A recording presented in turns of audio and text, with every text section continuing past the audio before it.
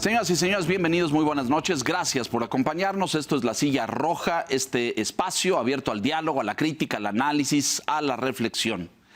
Tenemos hoy con enorme gusto la presencia del doctor Marco Fernández. Usted lo conoce porque ha estado con nosotros muchas veces en El Financiero y en La Silla Roja. Investigador de México Evalúa, profesor de la Escuela de Gobierno en el TEC de Monterrey, experto en dos líneas de investigación, la educativa y la pobreza en México. A finales de noviembre del año pasado, a principios de diciembre, se generó este enorme debate por la publicación de los resultados de la prueba PISA. Esta prueba internacional que realiza la OCDE a nivel mundial, que compara los avances y resultados educativos de muchos países en el mundo en tres líneas fundamentalmente: en ciencias, en matemáticas y en lectura, en comprensión lectora. Y los resultados, como provocaron escándalo en México, son negativos para México. Es decir, México ha retrocedido posiciones a nivel internacional, ha retrocedido en comprensión de lectura, en matemáticas y en ciencias. Y esto generó todo un debate durante el mes de diciembre de autoridades educativas, de expertos, de analistas que levantan la voz de alerta diciendo qué está pasando en el sistema educativo nacional que arroja estos resultados. Para hablar de esto, para profundizar en esta discusión, en este debate, en el nivel de preocupación que se ha elevado en algunos centros de estudio, hemos invitado al doctor Fernández a que nos acompañe. Marco, bienvenido, gracias por estar aquí. Hola, ¿cómo estamos? Te agradezco muchísimo. Señor Quintana, ¿cómo está? Muy buenas noches. Buenas noches. A ver, vimos los resultados de PISA, vimos los lugares en las tablas. Esto a lo mejor vimos las declaraciones del presidente de que estas son cifras neoliberales, ¿no? Estudios neoliberales. ¿Qué tan grave es la situación y qué está pasando en el sistema educativo nacional? Creo que primero es importante recordar a quien nos está viendo qué es la prueba PISA. Por favor. La prueba PISA se hace por parte de la Organización para la Cooperación y el Desarrollo Económico en, esta vez, 81 países, entre jóvenes que tienen 15 años con 3 meses de edad y 16 años con 2 meses de edad. Lo que busca es ver, de acuerdo a su edad, independientemente del currículo del país. Claro, de la currícula académica. De la currícula académica, hay una serie de aprendizajes en el área de matemáticas, en el área de ciencias y en el área de comprensión lectora que todo joven de esa edad se debe esperar que haya desarrollado para tener las habilidades que le permitan integrarse de manera adecuada eventualmente al mundo profesional y demás. Los resultados para México, como en la mayor parte del mundo, no fueron buenos por una serie de factores. Obviamente, el más visible, la pandemia.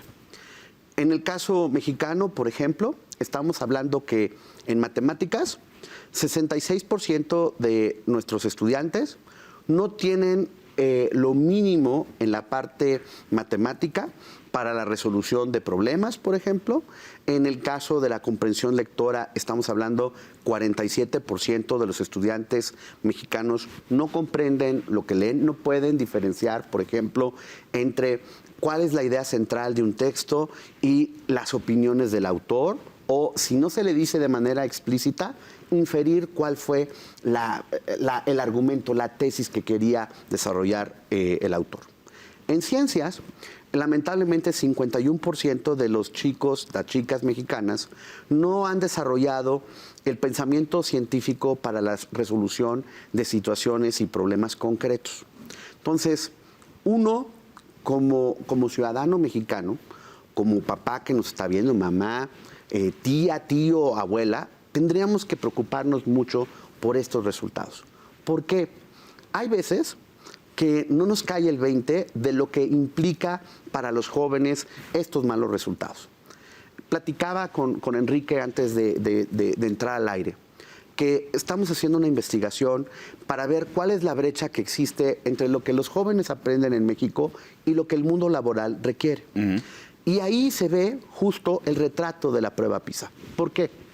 Nos platicaban, por ejemplo, en una planta que se dedica a hacer cables para los automóviles, que los jóvenes que están en la parte productiva necesitan poner cursos remediales de matemáticas porque no pueden diferenciar un cable de 0.5 y 0.05 centímetros de diámetro. Así de Y primario. eso obviamente tiene implicaciones muy importantes para la industria. O la planta, o sea, las máquinas están en pulgadas y necesitan transformarlas en centímetros. Esa operación básica, sus operadores no lo pueden hacer. Es decir, les tienen que dar capacitación adicional para que puedan hacer Exactamente, para que puedan hacer eso. O, por ejemplo, es decir, miren, les damos un manual para poder ver cómo operar la máquina que tienen que hacer. Los jóvenes te dicen que están leyendo el manual. No, ya lo entendí. Bueno, no, es que no entendí cómo se opera, no entiendo esto. Esto es la falta de comprensión lectora. Claro. Entonces, sí tenemos que entender las consecuencias muy negativas que tiene que el sistema educativo en México, ya por muchos años, no ha podido ser capaz de brindarle los conocimientos, el desarrollo de las habilidades básicas en estas áreas fundamentales del aprendizaje para que eventualmente el chico se desarrolle y pueda, cuando crezca, integrarse de manera exitosa al mundo laboral. La respuesta oficial, Marco, a los resultados de la prueba PISA fue en dos sentidos. El presidente de la República dijo, como señaló Leo en la introducción, pues estos son modelos neoliberales y se pusieron en operación en aquellos tiempos en los que los gobiernos corruptos, bla, bla, bla, bla, bla. Entonces no nos importan, los desestimamos por completo. Pero pues no los desestimaron del todo, porque la Secretaría de Educación Pública sí emitió un comunicado donde más bien lo que dice es que esos resultados ignoran las diferencias socioeconómicas. Entonces resulta que en la Secretaría de Educación Pública más bien lo que hay es un cuestionamiento de las evaluaciones estandarizadas. Y no es la primera vez que sucede en esta administración. Ya desde el comienzo de esta se planteó que no se puede poner un examen igual a una secundaria o preparatoria para pensar en educación media en la Sierra de Guerrero que a una en una ciudad como México, Guadalajara o Monterrey. ¿Cómo responder, sobre todo a lo segundo, al tema de si se valen o no se valen las evaluaciones estandarizadas? Vamos por partes. En primer lugar, yo creo que la respuesta tanto de la Secretaría de Educación Pública como del presidente, pues retratan de cuerpo entero a la administración en su indolencia en materia educativa.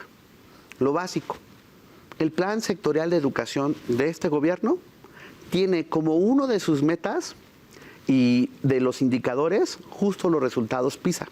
Entonces yo creo que el presidente ni siquiera se enteró lo que puso en su plan de gobierno. ¿Okay?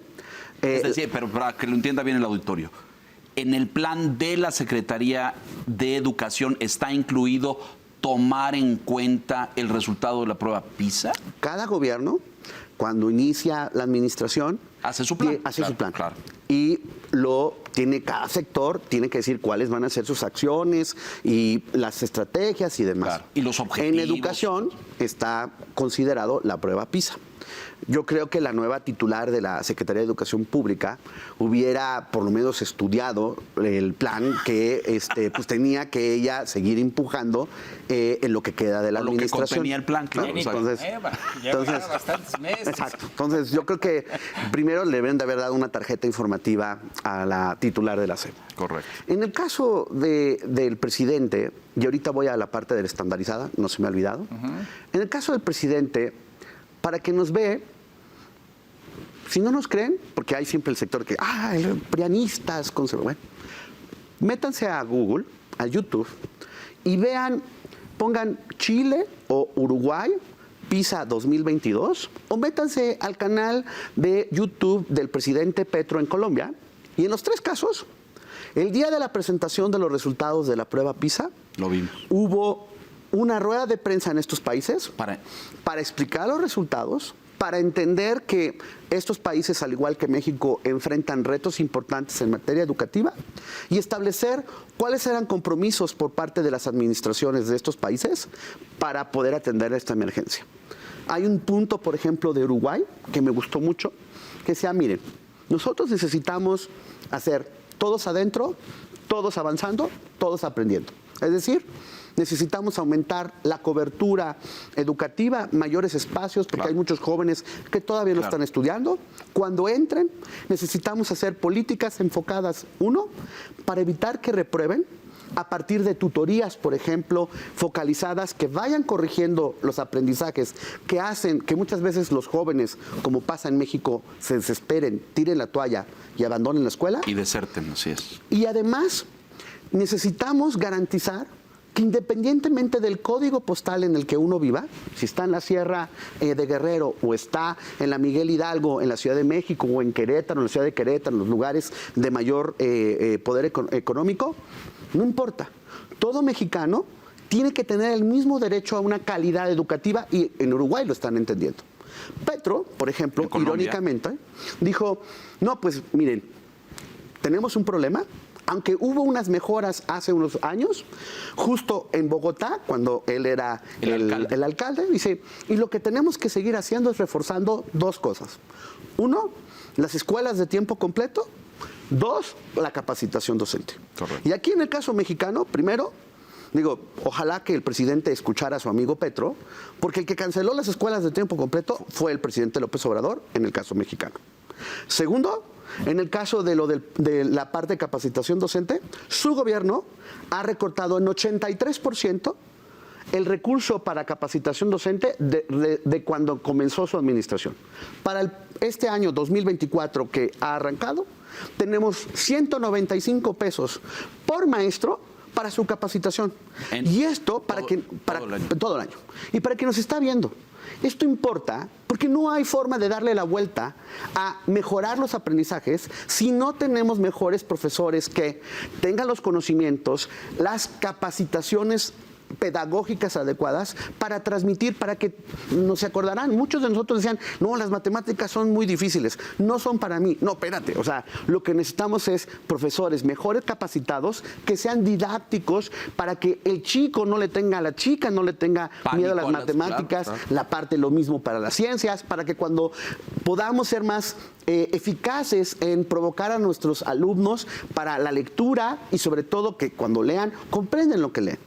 Pero si el presidente y su secretaria se van a escudar en el pretexto de que la prueba es estandarizada y que no toma en consideración el contexto, las diferencias, bueno, pues otra vez es querer tapar el sol con un dedo o lavarse las manos.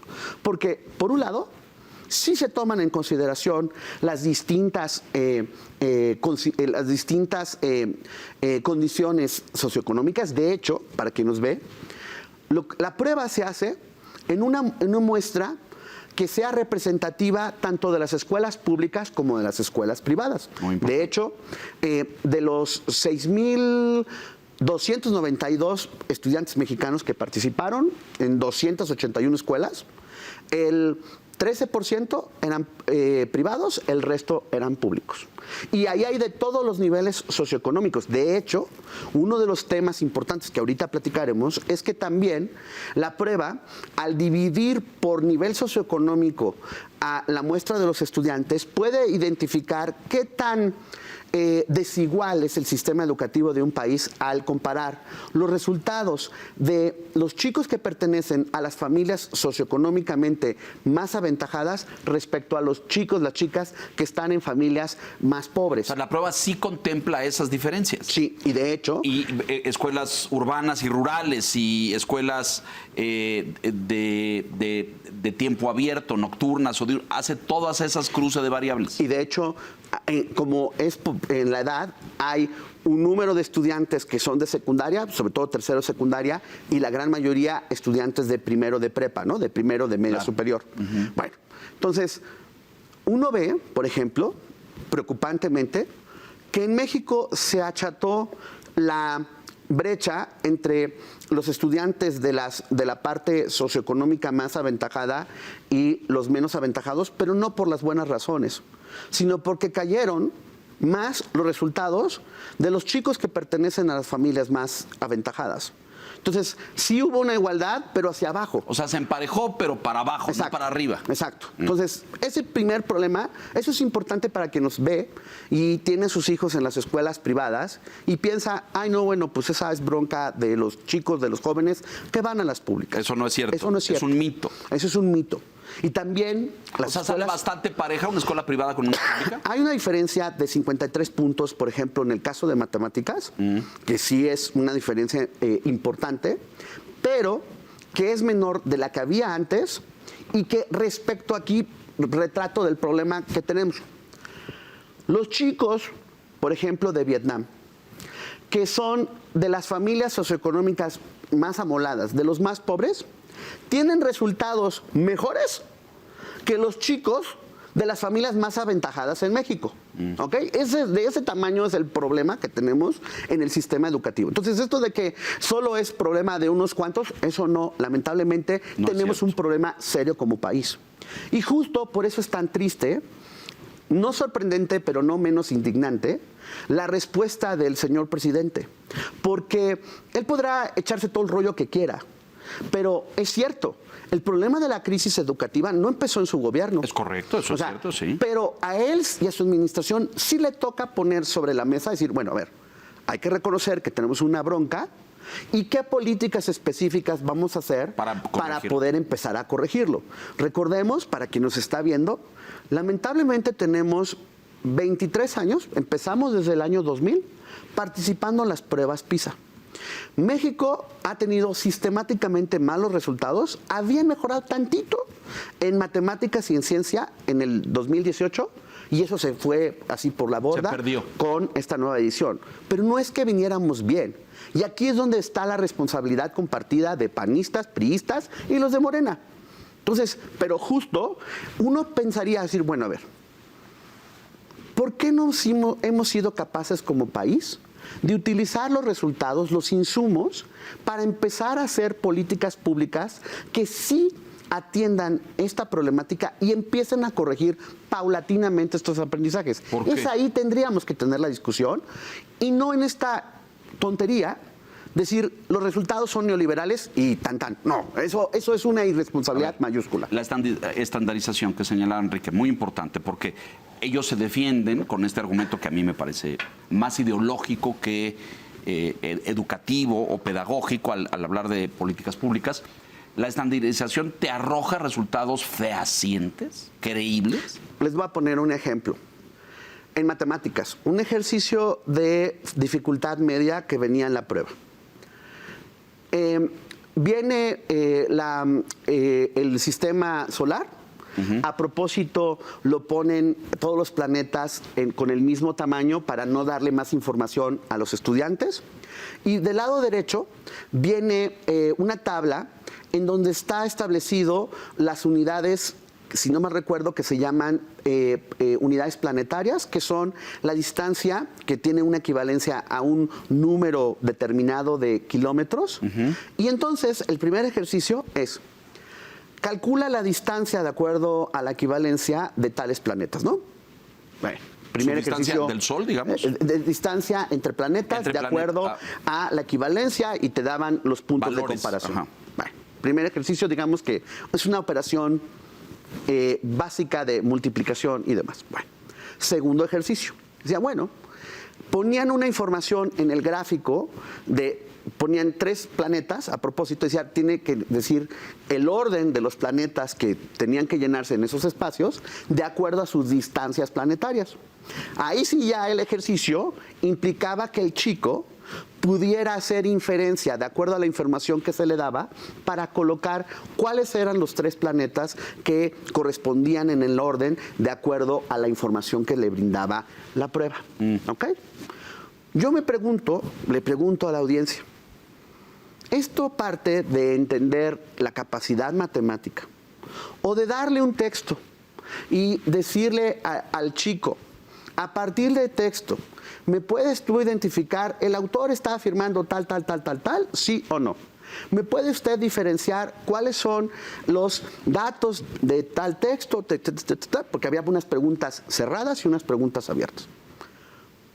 Díganme qué tiene esto de no poder saber O no, de neoliberal. de neoliberal o de darle la incapacidad a un sistema educativo para entender si hemos sido exitosos en ayudarle al chico a desarrollar estos aprendizajes básicos para la resolución de estos problemas. Yo le pregunto a ustedes, les pregunto a los compañeros que están en las cámaras. O sea, díganme, ¿qué tiene que ver esto de neoliberal? ¿Qué tiene que ver esto con la excusa del contexto? Yo justo por eso mencionaba lo de Uruguay, porque no es justo que en nuestro país haya oportunidades educativas diferenciadas para los jóvenes que están en la sierra, por ejemplo, Tarahumara, en Chihuahua, que los jóvenes que están en Monterrey, en San Pedro, que es de los municipios más ricos del país. No, eso no es justo. Y lo que tendría que hacer un gobierno que se preocupa realmente por primero los pobres es hacer todos los esfuerzos para empezar a nivelar las oportunidades educativas. ¿Qué no hemos hecho bien? Claramente, y es como el elefante en la sala, no hemos formado bien a nuestros docentes. A los docentes que están en las escuelas normales, a los que ya están en las aulas, no, hemos sido como país incapaz por muchos años, no solo con esta administración, de brindarle una formación que les permita enseñar de manera adecuada estas distintas áreas disciplinares. O sea, cuando creemos que las matemáticas, por ejemplo, a lo mejor se acuerdan cuando íbamos en la prepa, yo quedé traumado porque tenía una maestra que la verdad tenía áreas sustantivas de mejora en su pedagogía y nos ponía muchos ejercicios y todo era formulazo, aplicar las fórmulas, no razonar lo que estaba detrás de lo que estábamos aplicando automáticamente. Yo hasta la universidad entendí para qué sirve una integral o qué significa una derivada. Cosas que son importantes para ciertos ámbitos profesionales, yo no los entendía cuando era jovencito en la prepa porque mi maestra no me lo supo explicar. Y unos nos quedamos sin entenderlas, Marco. Los economistas sí las estudiaron, pero los que nos fuimos a humanidades, no, señor Quintana. Recordaba, tal vez el contexto socioeconómico implique que los números primos en las matemáticas, a lo mejor aquí son los números compañeros, porque los números primos, pues... Sí, para el ingrediente ideológico, sí, claro. Sí. ¿Qué hacer, Marco? Porque aparentemente, digamos, este es un problema generalizado. Ya decías tú, no es un tema del segmento socioeconómico más bajo, es un tema general en México. Y yo iría más allá, es un tema general en el mundo, porque el gran promedio en la prueba PISA es un descenso que incluso fue superior al que tuvimos aquí en México. ¿Qué están haciendo? ¿Qué se sabe que van a hacer los países que sí se toman en serio este problema? Lo platicábamos un poquito antes de entrar al aire. Más horas de educación para compensar lo que perdimos durante la pandemia, nuevos recursos didácticos para meterle turbo al proceso de aprendizaje. ¿Qué recursos son los que estás viendo en el escenario internacional, de los cuales, si nos tomáramos en serio el problema, pudiéramos echar mano aquí en México?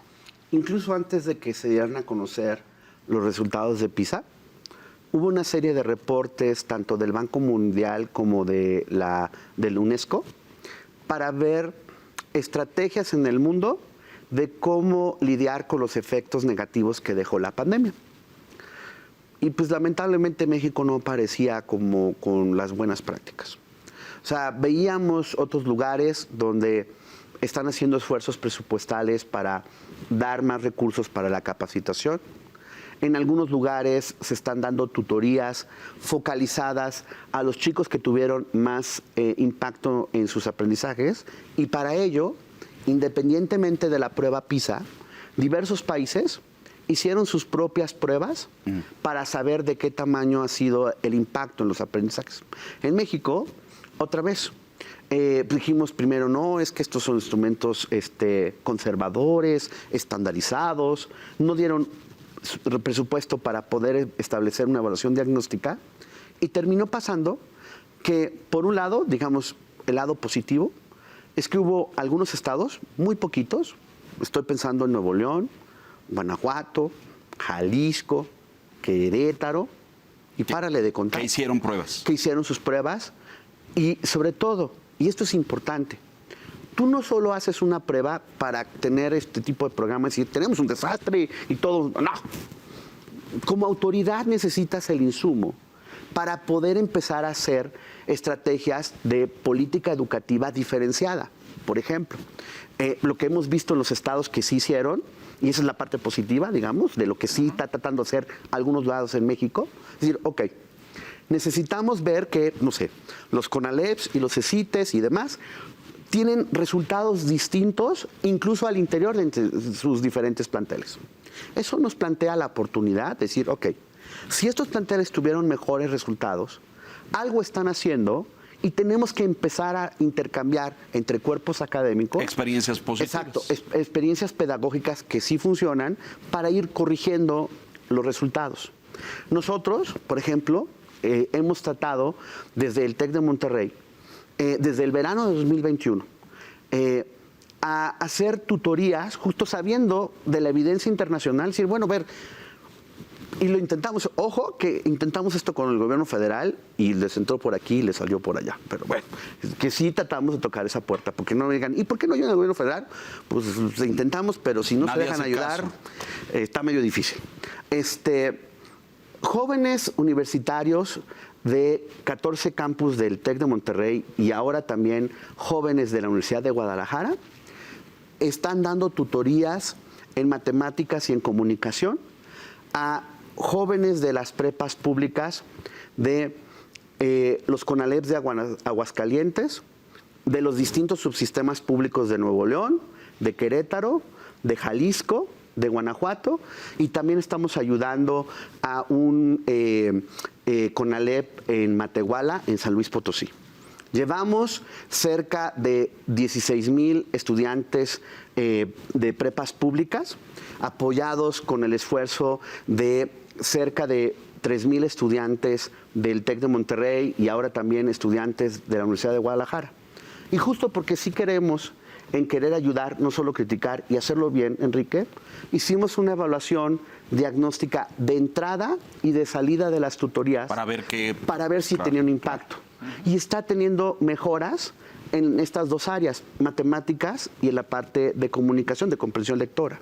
Incluso, aprendiendo de las buenas prácticas internacionales, lo que hicimos fue recoger resultados de PISA en términos Te interrumpo ahí, déjanos hacer una pausa rápida. Vamos a mensajes rápidamente porque nos están diciendo que tenemos que ir a corte porque si no nos extendemos. Mensajes, Marco Fernández, La Silla Roja. Volvemos.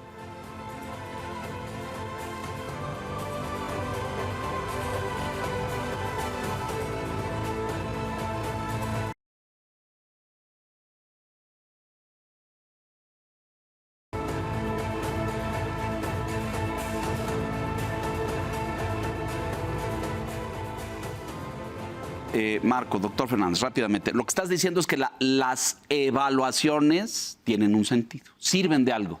Y evaluar en tu estado y ver qué funciona te permite tomar decisiones de política pública, decir, tengo que reforzar esta área, tengo que capacitar docentes en matemáticas, el inglés está bajo. Para eso sirve evaluar. Lo que nos estás diciendo es que en el resto de los estados del país no se evalúa. Pues lamentablemente no hicieron ningún esfuerzo. O sea, ante la decisión del gobierno federal de lavarse las manos, fue que estos estados hicieron sus propias evaluaciones.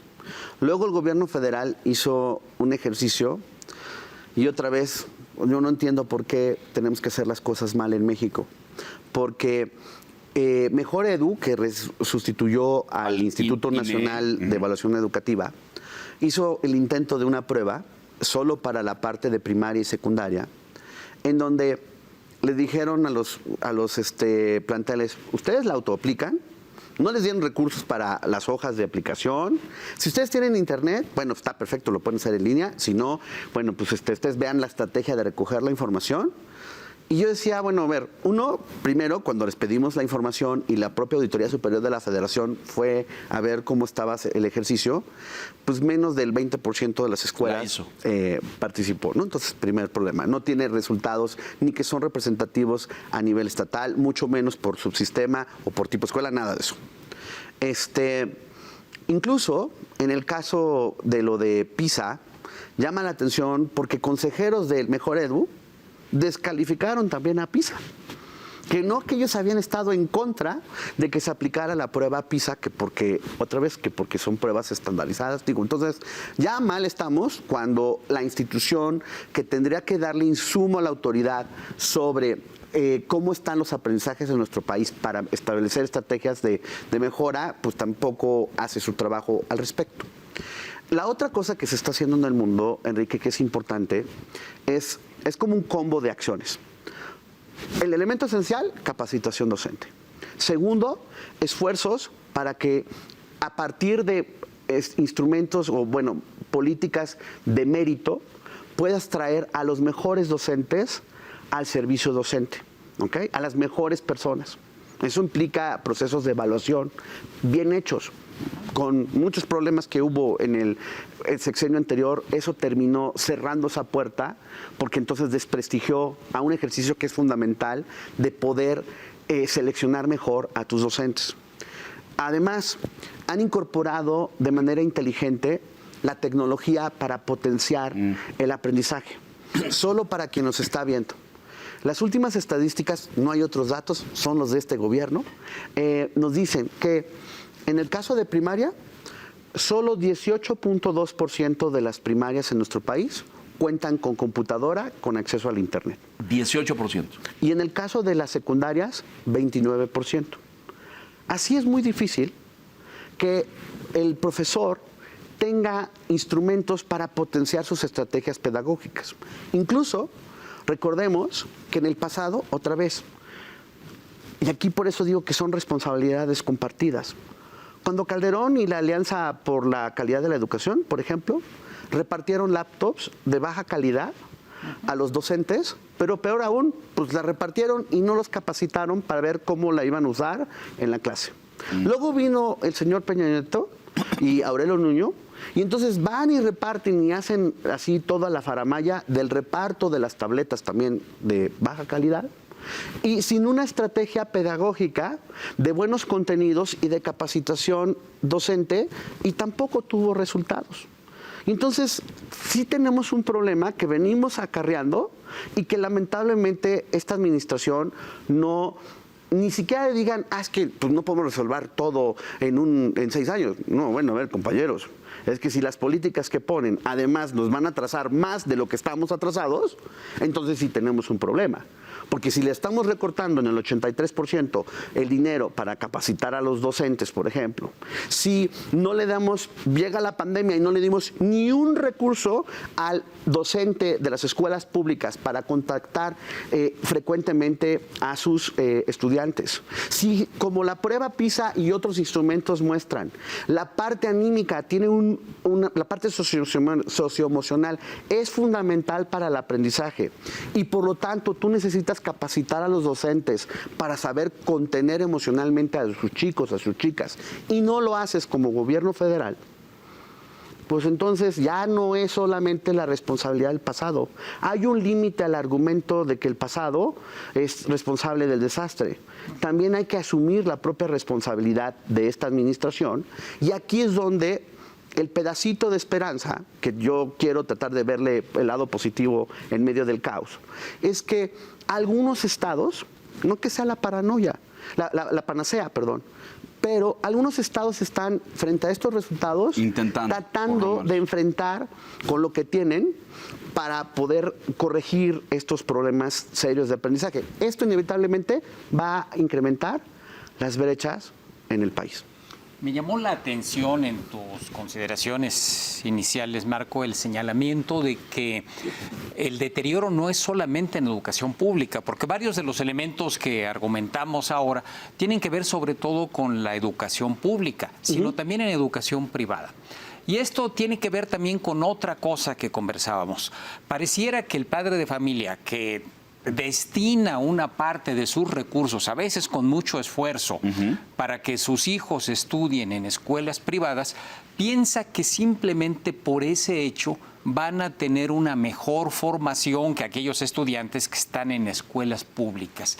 Desde la perspectiva del demandante de educación, del padre de familia, del estudiante, ¿cómo ves la actitud frente a la caída en la formación de habilidades y destrezas que nos reveló la prueba? Híjole, es muy triste y a lo mejor políticamente incorrecto, pero si no nos hablamos con la verdad, no hay forma de darle la vuelta a esto. Nosotros hemos hecho una serie de encuestas junto con la encuestadora Lorena Becerra, y en la última encuesta que se publicó en julio, le preguntamos a papás y a mamás con sus hijos en escuelas primaria y secundaria: oigan, ¿ustedes vieron afectaciones en los aprendizajes de los estudiantes, de sus hijos, perdón? 80% nos dijo que sí. Luego se les preguntó... ¿Escuela pública o privada? Estas escuelas públicas. Correcto. 50% nos dijo que la escuela no estaba haciendo nada para corregir. Y luego vino la pregunta: oiga, ¿usted estaría de acuerdo en acortar las vacaciones y tener más días para poder empezar a compensar? 10 escolares. 24%. Dijeron que no. No, 21% dijeron a estar a favor. Estar a Solo favor. 21%, 79% dijo no. Luego le preguntamos, bueno, clases los sábados, ¿no? Claro. No, pues no mejoró mucho, 24% a favor. 35, 36% por ahí nos decía, viven con la ilusión de que sus hijos, sus hijas van a recuperar lo que no aprendieron en 2 años a la distancia y en el mismo tiempo escolar.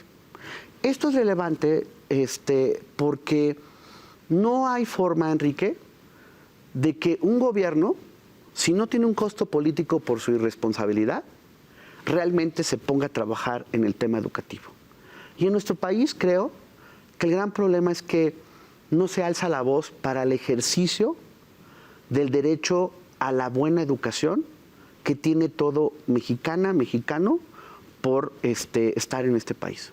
Pero pareciera que no solamente es la parte del derecho, de lo que la Constitución establece, sino aun cuando yo pago, yo pago una escuela privada, pues como que en general, es mi percepción, hay una actitud pasiva respecto a la calidad de la formación que se está entregando. De hecho, hay una actitud muy negativa, porque otra cosa que ha demostrado el estudio de PISA es que maestros más involucrados, o sea, alumnos que reportan que sus maestros estuvieron más involucrados y que recibieron más apoyo en su casa durante la pandemia para poder estudiar, tuvieron obviamente mejores resultados. Esto implica que la mamá y el papá deben de entender que su obligación no acaba llevando al chico a la puerta de la escuela y aventándoselo al docente a ver que asuma su responsabilidad. Esta falta de visión, de trabajo en equipo para el bienestar de la niña, del niño, del joven, es también uno de los talones de Aquiles en nuestro sistema educativo. O sea, somos poco proactivos para tener una mejor educación. Y te comentaba hace rato, o sea, a lo mejor los economistas dicen es que el factor de descuento en el tiempo, es decir, vemos tan lejos los impactos positivos o negativos de la educación. Alguien tendrá que cargar con ellos. Que pensamos que eso no hay bronca. Pues, no van a poder entender el manual en una fábrica, pero en 8 años. No, pero eso es un cuento. No, eso no va a pasar. Y entonces no tenemos capacidad de exigir una mejor educación. Y viene esta expresión tan trágica, creo yo, de hacer las cosas a la mexicana.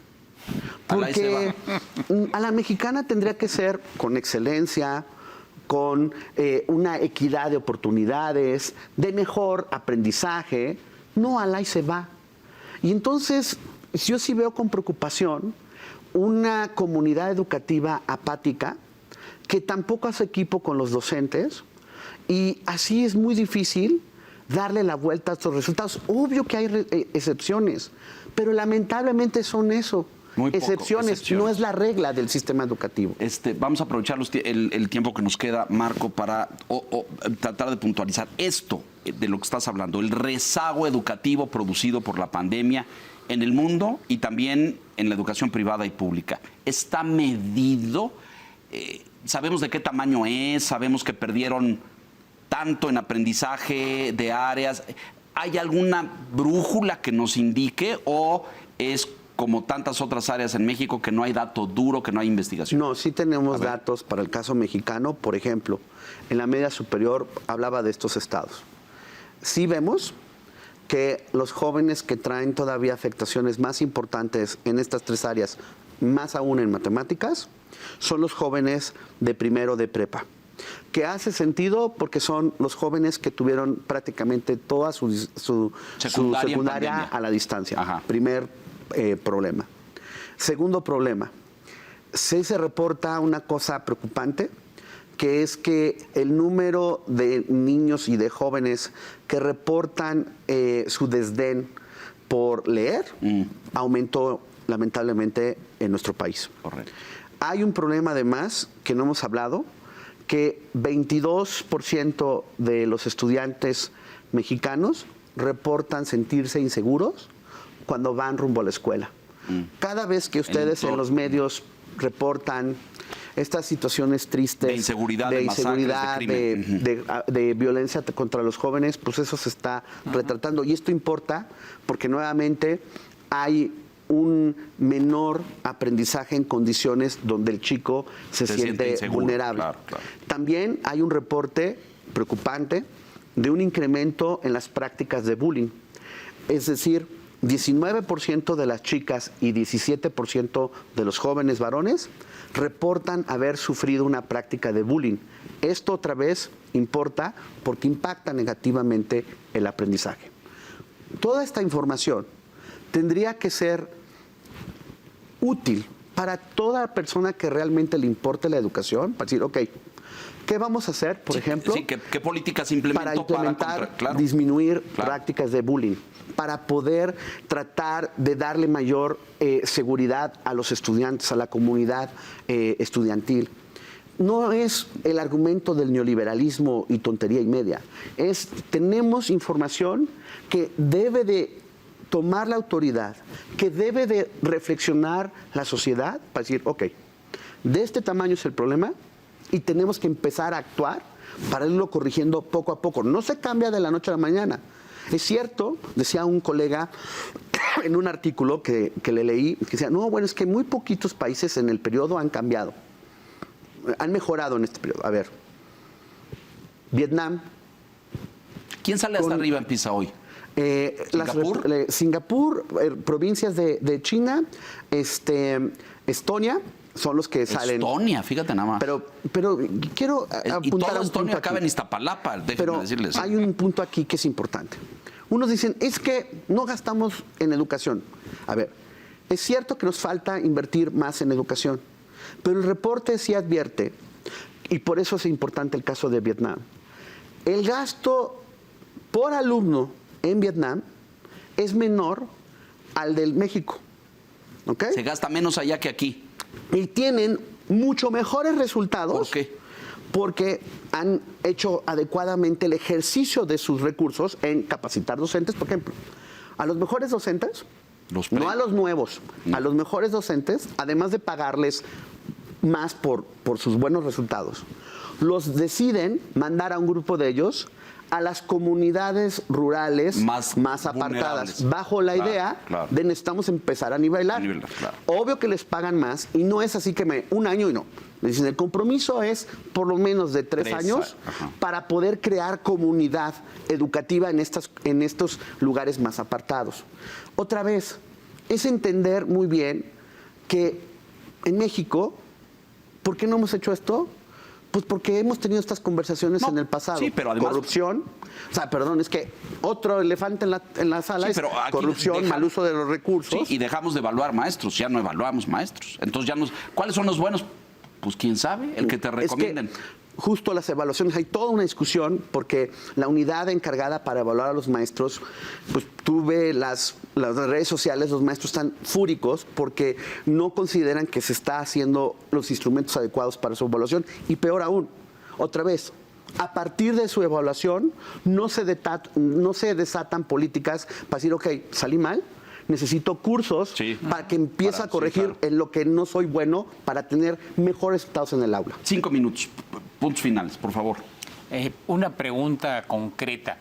Suponiendo que la nueva escuela mexicana prevalezca, ¿cuál sería tu pronóstico si México continúa haciendo las pruebas PISA? ¿Cómo nos va a ir en las próximas pruebas? No la siguiente, porque va a tardar en generar resultados la nueva escuela mexicana, pero pensemos en 15 años, que madure.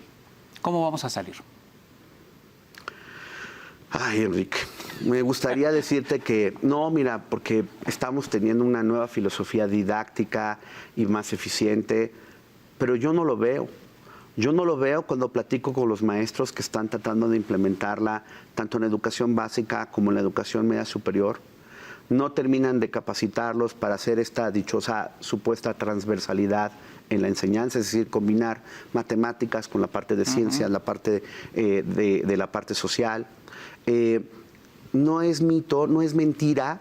Sí se redujo el contenido de la enseñanza de las matemáticas para primaria y secundaria, sí se redujo. como si eso. estuviéramos bien. Entonces, pues así está medio difícil. Y sobre todo también... ¿Por qué se redujo en horas? Dile al público rápidamente. En material, por ejemplo, de los libros de texto, sí se les redujo. Entonces, hay un problema serio ahí. O, por ejemplo, para quien nos está viendo, estamos haciendo una investigación larga dentro del TEC y México Evalúa que se llama Aprender Parejo, para tratar de poner sobre la mesa propuestas para el próximo gobierno, tanto federal como de los estados, para ver cómo empezamos a atender varios de estos problemas. Y eso implica hacer también mucha investigación de campo, ir a las escuelas y demás.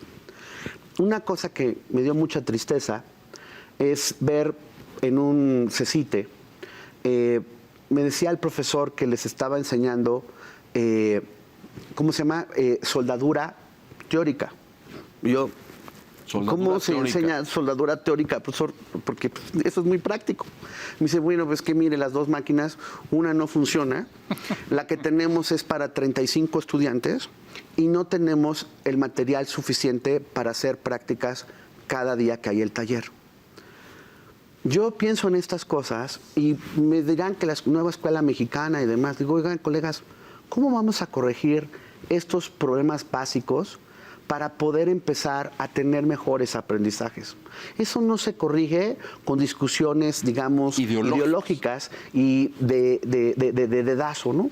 Entonces, me cuesta trabajo cuando no veo ningún signo de que alguien esté utilizando la evidencia para poder empezar a hacer mejor política educativa, que eso se va a traducir en mejores resultados. Pero también, Enrique, con eso termino, yo no me resigno a que vamos a tener un mal país en educación.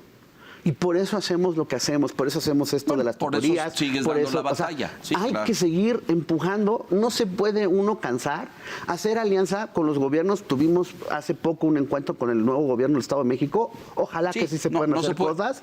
Ahí vamos. Te niegas a resignar, lo entiendo perfecto. Conclusiones, por favor. Uno de los problemas, me decían en la prueba PISA, es que no sabemos sumar quebrados. O sea, si le pones a alguien, a ver, suma 3/4 más 8 un tercio octavos. más un séptimo, como un tercio más un séptimo, pues hay que sacar el común denominador. Eso lo aprendíamos hace muchos años, no sé si todavía se enseña o no. Y creo que como país, a lo mejor desde ahí proviene un problema, no sabemos sacar comunes denominadores. Un término que sea suficientemente interesante, atractivo, para que si tú estás en la derecha, el centro, la izquierda, donde sea, es el elemento común. Nos hace falta esto y en educación no podemos darnos el lujo de no tenerlo. Así es que gracias por compartir tus reflexiones, Marco. Y yo te añadiría lo que dices, Enrique. Cada sexenio queremos inventar la rueda educativa. Entonces llevamos, o sea, desde 1992, más de 5 reformas educativas en donde úsese, tírese. No, pues así también está muy difícil. No vamos a ningún lado, claro. Tener buenos resultados. Marco Fernández, gracias. Yo comparto contigo esta negativa a la resignación. Esto de decir, pues ya, como tenemos pésimas autoridades educativas, verdes, azules, amarillas, morenas, del color que sean, pues ya así nos va a tocar, ¿no?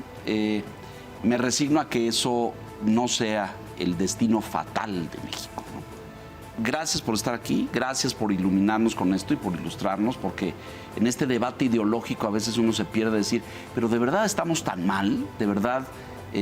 Y ya no nos metimos a lo económico, no nos alcanzó el tiempo, vamos a hacer otro, se los prometo.